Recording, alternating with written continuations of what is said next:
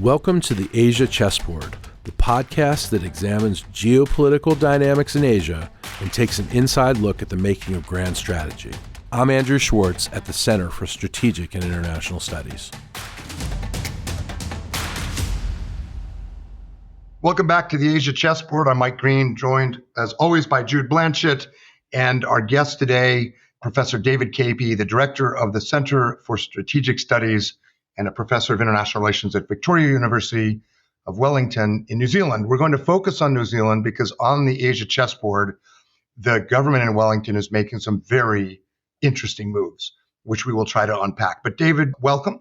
David hosted me in New Zealand for a couple of weeks of serious strategic discussions and even more serious fly fishing. Wonderful, wonderful country, great hosts. I really enjoyed it. Now it's my turn to quiz you a bit for our audience.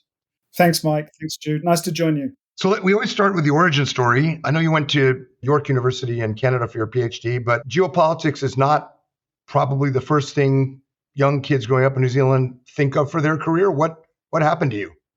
Yeah, I mean, I was always interested in the world as a little kid. I remember being sort of quizzed about capitals of the world, sitting around the dinner table as a little kid. And when I went to university, I did international politics was a real passion. I also sort of dallied with law as well. But I really got interested in Asia when I went to ANU and did a master's degree there.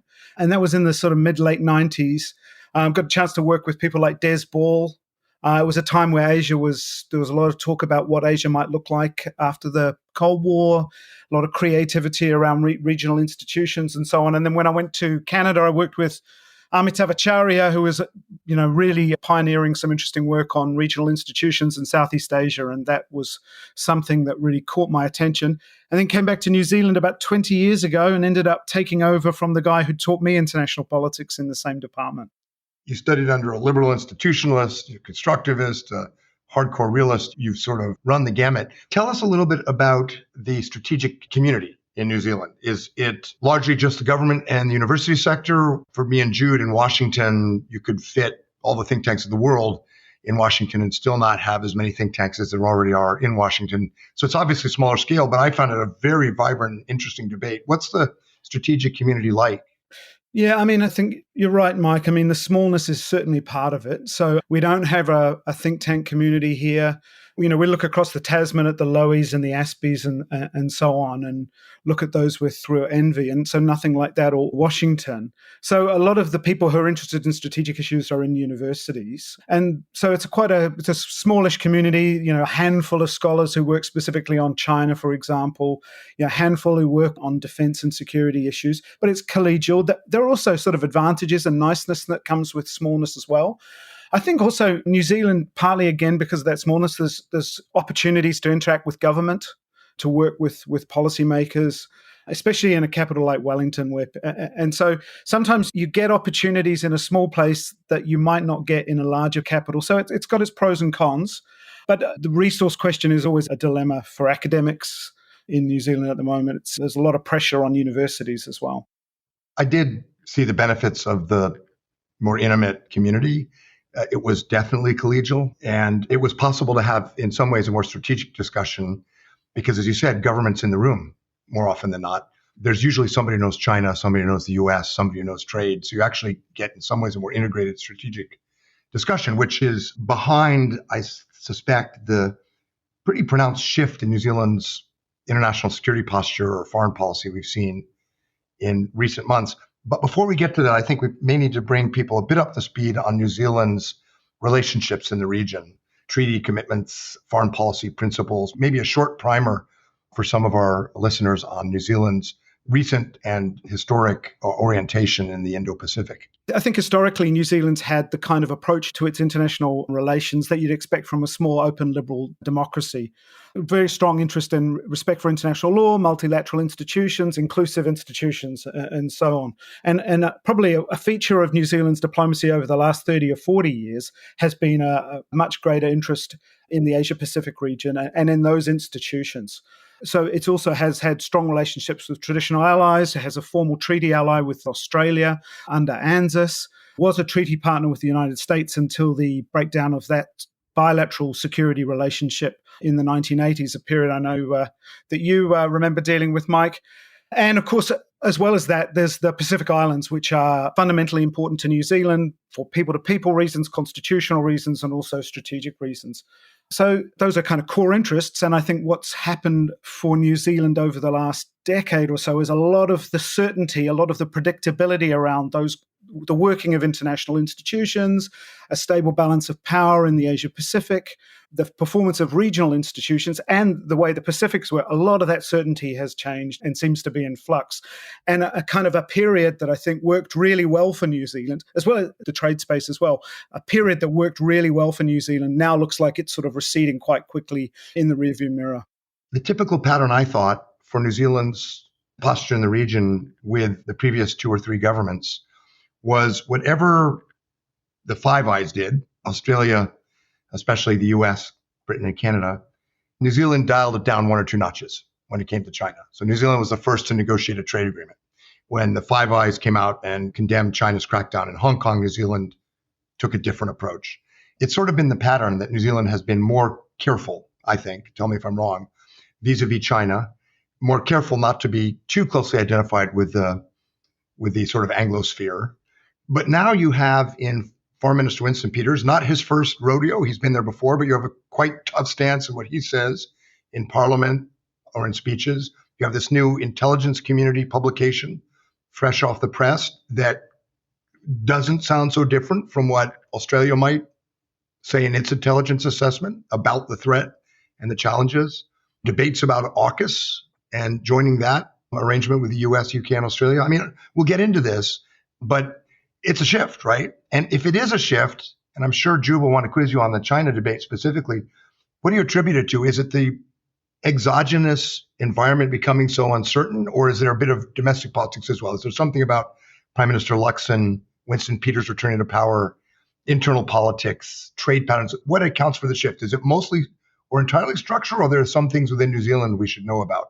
It's a great question, Mike. And I mean, I think the shift really began probably around 2017, 2018, in terms of government policy.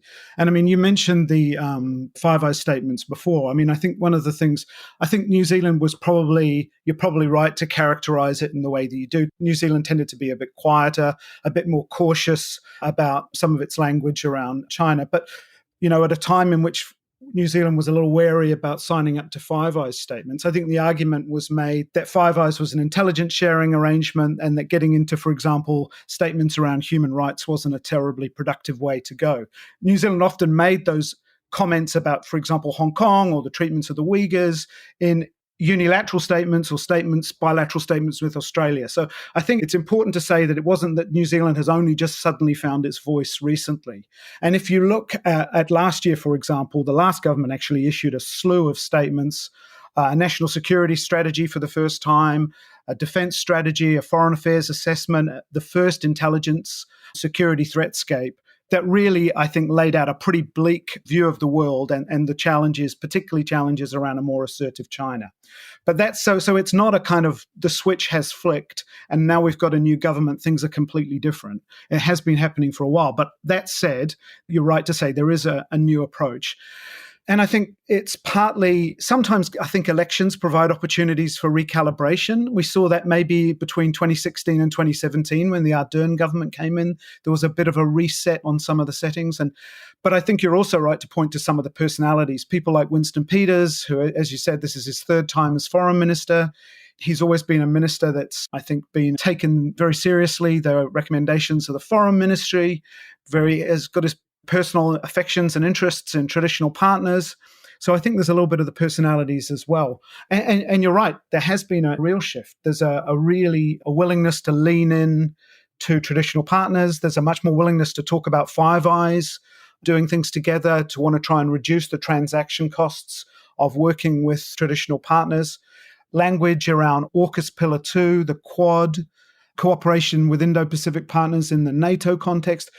Much of that stuff was sort of touched on before, but this government is really, I think, embracing it with enthusiasm. And that's, I think, a clear change.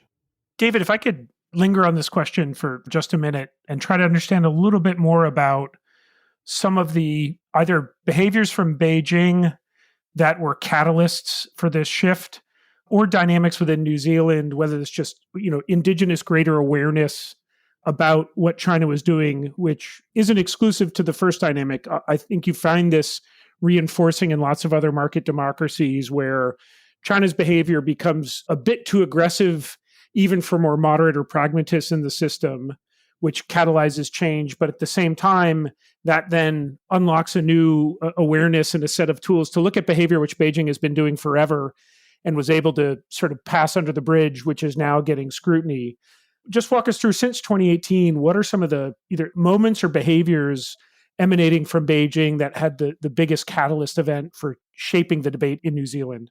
So I think it's hard to isolate single positions, single actions that have been singularly driven the change. But I think collectively, New Zealanders have become much more aware, for example, of issues around the treatment of minorities. So human rights have always been an issue for New Zealanders in terms of the China relationship. So the treatment of the Uyghurs, for example, was a big issue. Hong Kong, many New Zealanders have family connections or have had business or personal connections to Hong Kong in some ways. So the shifts there were part of it. South China Sea, issues around just the use of force and coercion that have been in Taiwan, East China Sea, those sorts of things are starting to have permeated into public conversations.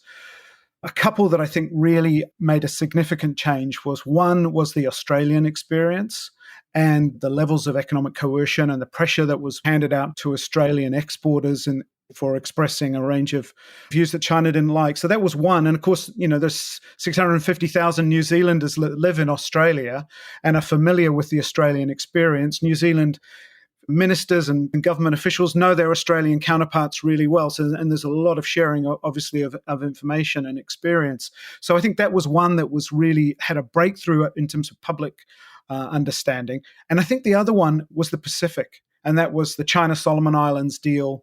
After China talking for so long and denying about any ambitions in the Pacific, and then I think that deal being leaked, the idea of having a large authoritarian power seeking a security footprint so close to New Zealand, I think was also unsettling.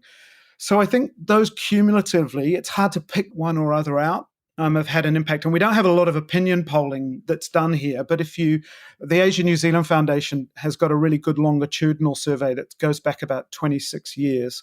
And you can see a sharp drop in those warmth perceptions towards China from sort of 2019 or so on, as we've seen in other liberal democracies. What is the debate like within New Zealand on China policy? Again, thinking of your neighbor, Australia, the public debate on China has been raucous. It has been loud. It has been interesting. There have been some pretty sizable and seismic issues that have been debated. What does it look like in New Zealand? Yeah, I mean, the debate's interesting. It's sort of manifesting itself. You talked about a raucous debate. We're having a bit of an raucous debate here at the moment. And so China, my sense is that New Zealanders instinctively have begun to understand, for the reasons I mentioned before, that China in 2024 is not the China of 2006, and that things have changed, and we now have a much more powerful China and a much more assertive China. And I think they've understood that. I think really in some ways the debate is what to do about it. And that's playing out in a number of different ways. So in the trade space, for example, there's been a line from successive governments for a while about the importance of diversification. Exports were as high as over 30% of exports went to China. It's actually come back quite a long way to about 22, 23% now. But I think partly that's just because of a slowdown in China itself. So diversification was pushed for a while, but that's a hard thing to do for an agricultural exporting nation. There's challenges in terms of finding new markets. Where it's got more contentious has been in the security space. And so at the moment, we're having a fairly lively, by New Zealand standard, debate around potential engagement with Pillar 2 of AUKUS. And there you have a whole range of views. You have some people who are critics of the government's position, who would say, actually, this is really an attempt to sort of prop up US primacy. The US is a declining power and it's using AUKUS to try and contain China. You have others who say, actually, New Zealand's connections shouldn't be with the traditional partners and the Anglosphere. We're a Pacific nation and we should identify more with the Pacific. And others who say, well, look, this is a dangerous time, a really challenging time. We need to get closer to democratic partners and traditional partners and allies. there's a lively debate about how to respond to China, I think. My sense is, even if, for example, in the business community, that there's a growing sense that China today is not the China that we've dealt with in the past. Just one more question for me, David. I'm sure Mike wants to pick up on the AUKUS pillar 2. And I'd like to pick up on this de-risking diversification question. I'm sure the aforementioned example of Australia and what China was willing to do to Australia for some political faux pas obviously had a reverberation through New Zealand. Can you talk a bit about what are you hearing in terms of the government to business discussion that's happening in New Zealand? Is the New Zealand government recommending and trying to urge diversification from China? And then I guess just at a higher strategic level, what is New Zealand's play here, though? Because it's one thing for economies deeply supported or underlined by domestic consumption like the United States to think about a robust de-risking agenda because it's, in some sense, at the margin for a very, very small trade-dependent economy where China's the largest trade partner. The United States is the second, but still China's the largest trade partner. The play space is more limited. So is there a more fundamental strategic discussion just about the overall orientation of New Zealand's economy? Or is it we're just going to have to deal with a suboptimal hand of trying to manage this with China and keep ourselves out of the bullseye? I guess to answer the first part of your question first, what are the conversations between New Zealand government and business? I mean, I think those have been going on for a number of years now. I mean, making clear that the geopolitical risk that's out there. And I think the Australian experience has been, as I said before, been quite strikingly felt on this side of the Tasman as well. And I think certainly for some big exporters, they have taken that lesson to hand. And so for some of them, for example, you'll see with informal quotas on what they will send into the China market. And you saw prime ministers messaging around diversification quite clearly, but there was a little bit of a schizophrenic position to some extent, partly because, so you would have governments calling for diversification, but then on a prime ministerial visit to China, for example, it's also always billed as an export, a trade delegation, and bringing along big business as well. So a little bit of schizophrenia there. I mean, I think the second question, though, is a really interesting one. Ultimately, what's the New Zealand play in this sort of de-risking diversification world? I mean, I think the new government would like to shift the New Zealand economy in ways away from simply being an agricultural food producer. But this move up the value chain has a high interest in New Zealand being a high wage, a tech economy and so on. But this is something that, successive New Zealand leader wants their country to be that, David. Exactly. And it's not, successive leaders and governments have talked about this. And if it were as easy to do as it is to say, it would have happened a long time ago. So, I mean, but there are some interesting transformations in the tech space. For example, in the space sector, which has grown out of nowhere in the last decade or so, to New Zealand being the fourth largest number of space launches in the world last year. So there are some examples like that. But I think, New Zealand is going to be a big agricultural producer for a long time to come. And when you look around the world, that's a challenging space in terms of breaking into new markets. Something like 75% of New Zealand's exports are in FTA arrangements already.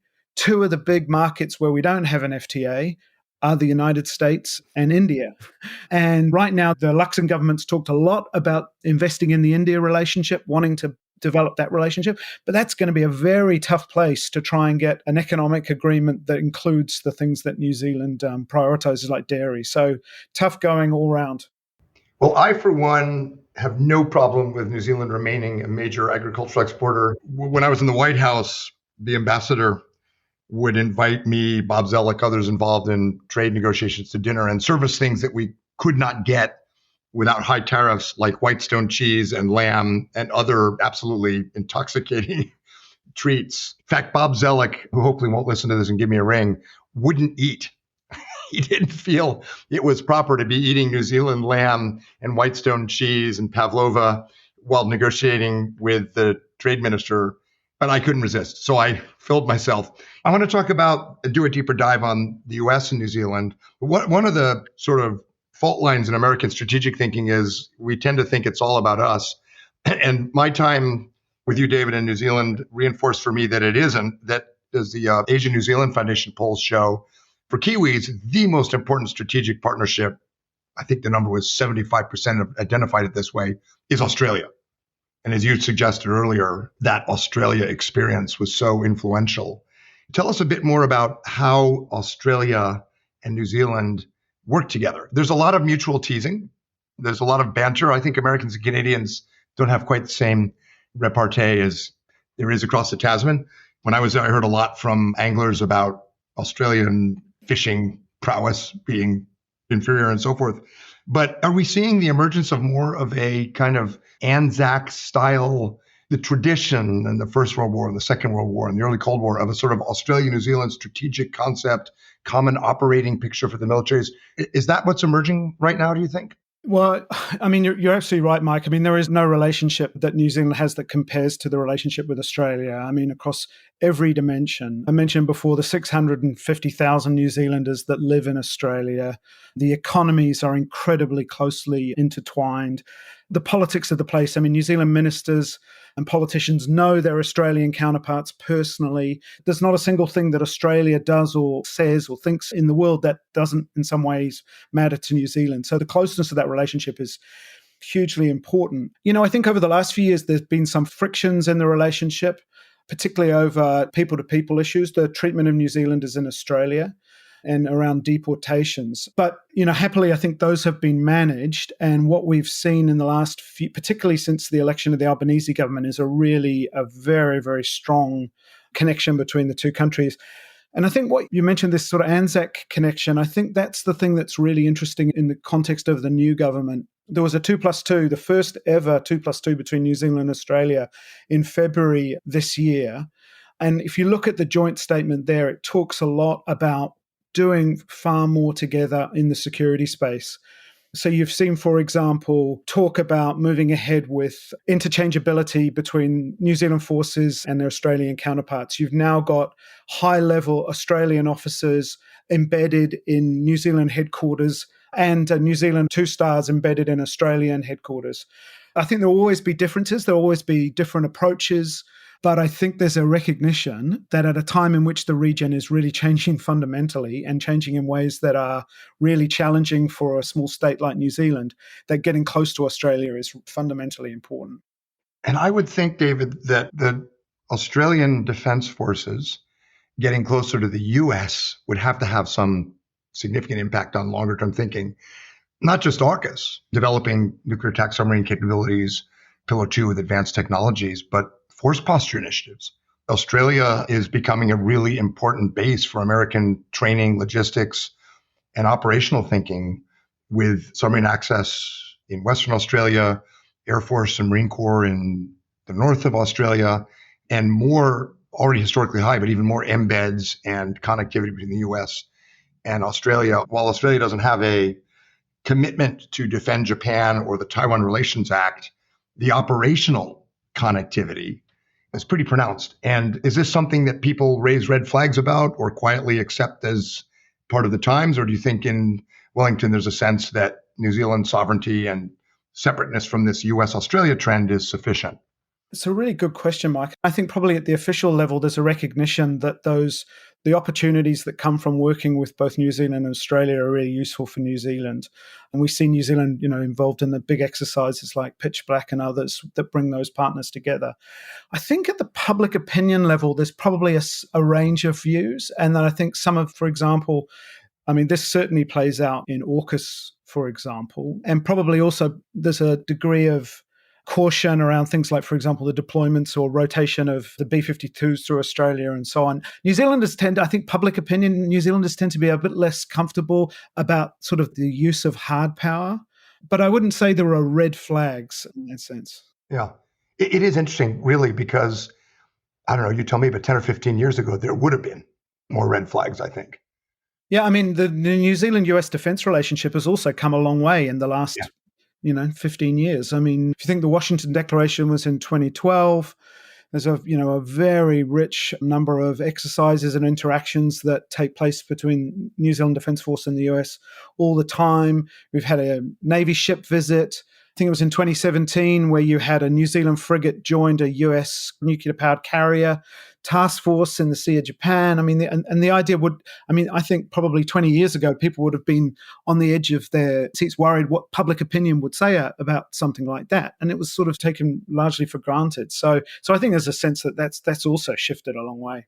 I mean, I can tell you candidly, there would have been some hesitation in Washington and Canberra as well. I mean, the whole rupture in the mid-'80s was not because the U.S. Navy, for operational reasons, had to be able to send nuclear-powered ships to New Zealand. That was really not a priority on its own terms. It was concern, as you know, about the effect of giving New Zealand a carve-out on ship visits and what effect that would have on the Labour Party in Australia, and particularly the left, and on Japan, where U.S. military access is absolutely vital. And that thinking continued well into the time I was in the administration. I mean, we tried to do something like the Wellington Declaration after 9/11 because the SAS and U.S. Special Operations Forces were together in Afghanistan, and sort of, as you know well, with the Five Eyes intelligence relationship continued in many ways, translating that into the operational bit was incredibly cumbersome and difficult at a time when SAS and U.S. Special Operations Forces, who have huge respect for each other, were in the fight in Afghanistan. So there was an effort, but there was still great sensitivity, as we've discussed, about doing that at a time when the U.S. was trying to get the first nuclear-powered carrier home ported in Japan, when there was still Mark Latham was running for the Labour Party in Australia on an anti-American platform. So it was hard before.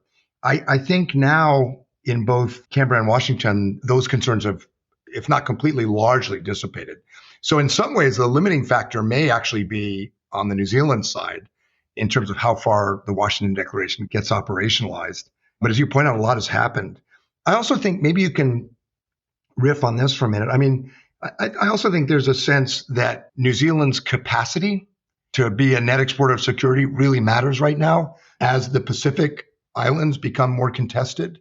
Maybe I should turn the table on you and ask you, like, what's the case for New Zealand to Americans and Australians? What can New Zealand contribute to security going forward?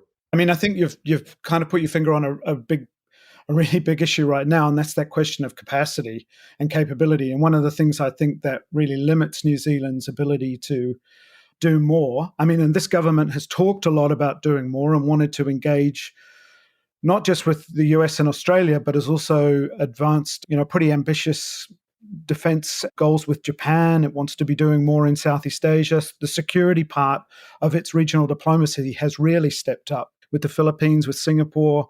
But one of the limits on that, I think, is around resources and capability. So, for example, the New Zealand Navy, of its platforms, I think all of the ships in the New Zealand Navy, other than the tanker Aotearoa, need to be replaced by the mid-2030s.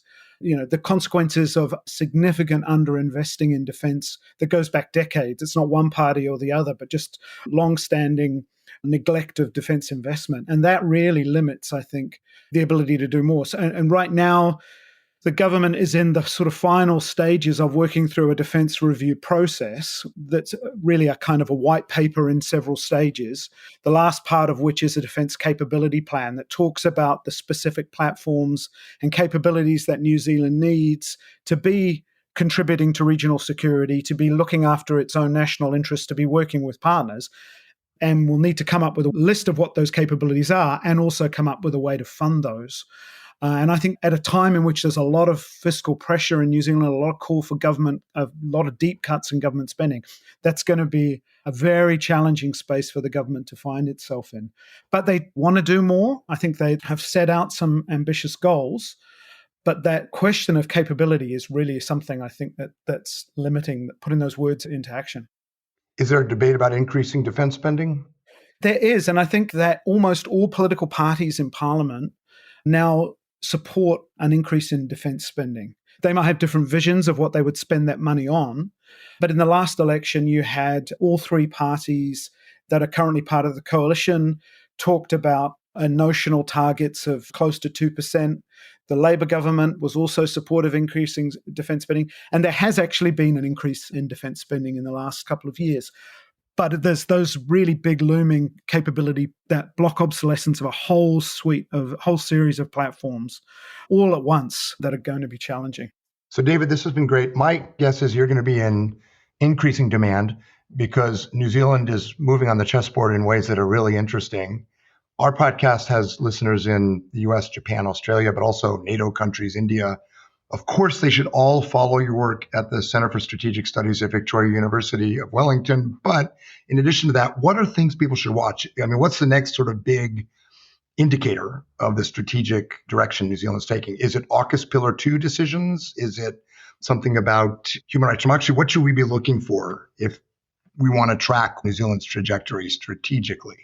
Yeah, I mean, I think there are probably a few. I think the Defence Capability Plan will be really important in the signals it sends. And that's scheduled, I think, to go to Cabinet later in the year, October maybe. And so we might get a sense of the government's appetite to invest in defence then. I think that AUKUS is also a lively debate. It's a strange debate in that there's not really a formal invitation on the table to New Zealand. Somebody described it to me as New Zealanders talking about what they're going to wear to a party that they haven't been invited to yet. But it is actually quite lively, and it's good to see a good contest of views on New Zealand strategic issues. I think one of the other things that's going to be interesting to watch, and we haven't really talked about it in this, is IP4, is New Zealand's engagement with its Indo-Pacific partners in the NATO context. Because that, to me, looks like a mini-lateral that has some momentum and some energy. And there you've seen New Zealand go from, I think, being perhaps one of the more wary members of IP4, maybe 12 months ago, to at the Washington summit being probably one of the more enthusiastic and energetic. And there's talk about Secretary Blinken meeting with the IP4 foreign ministers later in the year outside of a NATO context. And so I think that could be a mini-lateral or a grouping with a future to watch. So those are a couple of things that I'm keeping an eye on. Excellent. Last and most important geopolitical question of all, and then we'll wrap. Is Pavlova from Australia or New Zealand? Oh, it's clearly from New Zealand. Good. Decided. Absolutely, no doubt. All of the experts agree, as Donald would say. That is a thoroughly researched and proven project from the Center for Strategic Studies in Wellington. And I'm going to get more hate mail on that than anything I've ever said. David, this has been wonderful. Thanks so much. It's been a pleasure. Thanks very much for having me. For more on strategy and the Asia program's work, visit the CSIS website at csis.org and click on the Asia program page. And for more on the U.S. Studies Center in Sydney, please visit ussc.edu.au.